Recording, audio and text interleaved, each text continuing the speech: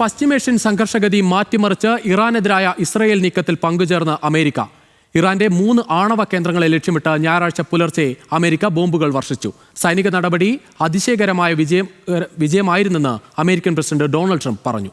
Iran വഴങ്ങിയില്ലെങ്കിൽ തുടർ നീക്കങ്ങൾ ഉണ്ടാകുമെന്നും ട്രംപ് മുന്നറിയിപ്പ് നൽകി. ഇസ്രയേൽ നീക്കത്തിൽ പങ്കുചേർന്നതിന് പ്രധാനമന്ത്രി ബെഞ്ചമിൻ നെതന്യാഹു ട്രംപിന് നന്ദി അറിയിച്ചു. ഇറാനെതിരായ US നടപടി ലോക സമാധാനത്തിന് നേരിട്ട് ഭീഷണിയാണെന്ന് UN secretary general Antonio Guterres എക്സിൽ കുറിച്ചു. അമേരിക്ക ഇറാനെ ആക്രമിക്കുമോ? ദിവസങ്ങളായി ലോകം ആശങ്കയോടെ ഉന്നയിച്ചിരുന്ന ചോദ്യത്തിന് മറുപടിയാണ് ഇസ്രയേൽ ഇറാൻ സംഘർഷം ആരംഭിച്ച് 10ാം ദിവസം അമേരിക്ക നൽകിയത്. ഇറാന്റെ 3 സുപ്രധാന ആണവ കേന്ദ്രങ്ങൾ ലക്ഷ്യമിട്ട് അമേരിക്കയുടെ B-2 സ്റ്റെൽത്ത് ബോംബറുകളിൽ നിന്ന് ബങ്കറുകൾ തകർക്കുന്ന ബോംബുകളും ടോമോഹോക്ക് ക്രൂയിസ് മിസൈലുകളും ആഞ്ഞടിച്ചു. ഫോർദോ, നതാൻസ്, ഇസ്ഫഹാൻ ആണവ നിലയങ്ങൾക്ക് നേരെയായിരുന്നു ആക്രമണം. പസഫിക്കിലെ ഗുവാം ദ്വീപിൽ നിന്നാണ് ഇറാനെ ലക്ഷ്യമിട്ട് അമേരിക്കൻ യുദ്ധവിമാനങ്ങൾ പറന്നത്. ഇറാൻ ഇസ്രയേൽ സംഘർഷത്തിൽ ഇടപെടുന്നതിൽ 2 ആഴ്ചയ്ക്കകമേ തീരുമാനമെടുക്കൂ എന്ന പ്രഖ്യാപനം നടത്തി 48 മണിക്കൂർ പിന്നിടും മുൻപെയാണ് ഡൊണാൾഡ് ട്രംപിന്റെ സുപ്രധാന നീക്കം. ഇറാനു നേരെയുള്ള നടപടികൾ അതിശയകരമായ സൈനിക വിജയമായിരുന്നുവെന്ന് US പ്രസിഡന്റ് ഡൊണാൾഡ് ട്രംപ് വ്യക്തമാക്കി. ഭീകരതയെ പ്രോത്സാഹിപ്പിക്കുന്ന 1ാം നമ്പർ രാഷ്ട്രമാണ് ഇറാൻ. അവരുടെ ആണവ ഭീഷണി അവസാനിപ്പിക്കാതെ ഇസ്രയേലിനോ ലോകത്തിനോ സമാധാനമുണ്ടാകില്ല. ഇറാൻ സമാധാനമെന്ന ഒത്തുതീർപ്പിന് തയ്യാറായില്ലെങ്കിൽ കൂടുതൽ ശക്തമായ ആക്രമണങ്ങൾ ഉണ്ടാകുമെന്നും ട്രംപ് ഭീഷണിപ്പെടുത്തി. ഇറാനിൽ ഇനിയും ലക്ഷ്യങ്ങളുണ്ടെന്ന് മറക്കരുതെന്നും മുന്നറിയിപ്പ്.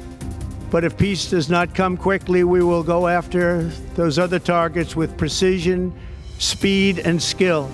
അമേരിക്കയും ഇസ്രയേലും ടീമായി പ്രവർത്തിച്ചുവെന്നും ട്രംപ് പറയുന്നു. ഇറാനിൽ അമേരിക്ക ചെയ്തതുപോലെ കാര്യങ്ങൾ ചെയ്യാനാകുന്ന ഒരു സൈന്യവും ലോകത്ത് ഇപ്പോഴില്ല.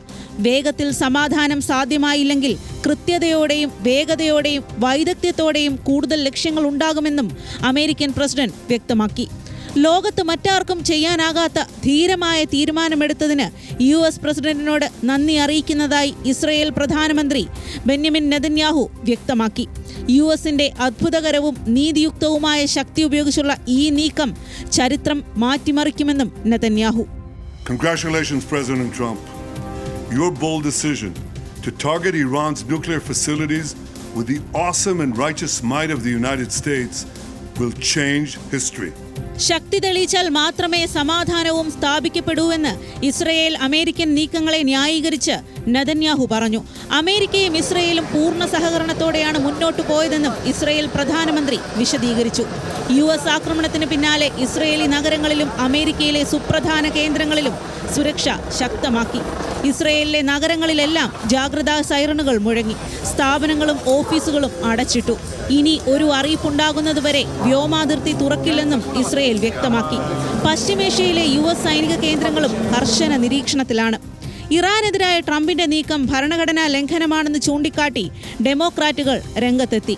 കോൺഗ്രസിനോട് ആലോചിക്കാതെ പ്രസിഡന്റ് പ്രവർത്തിച്ചതിനാണ് വിമർശനം. റിപ്പബ്ലിക്കൻ പാർട്ടിക്കുള്ളിലും ഇക്കാര്യത്തിൽ വ്യത്യസ്ത അഭിപ്രായങ്ങൾ പ്രകടമാണ്. അമേരിക്കൻ നടപടിയെ ഐക്യരാഷ്ട്രസഭാ സെക്രട്ടറി ജനറൽ അപലപിച്ചു. ഇറാനെതിരായ അമേരിക്കൻ ബലപ്രയോഗം അന്താരാഷ്ട്ര സമാധാനത്തിനും സുരക്ഷയ്ക്കും നേരിട്ടുള്ള ഭീഷണിയാണെന്ന് ഗുട്ടറസ് എക്സിൽ കുറിച്ചു. News desk, news Malayalam.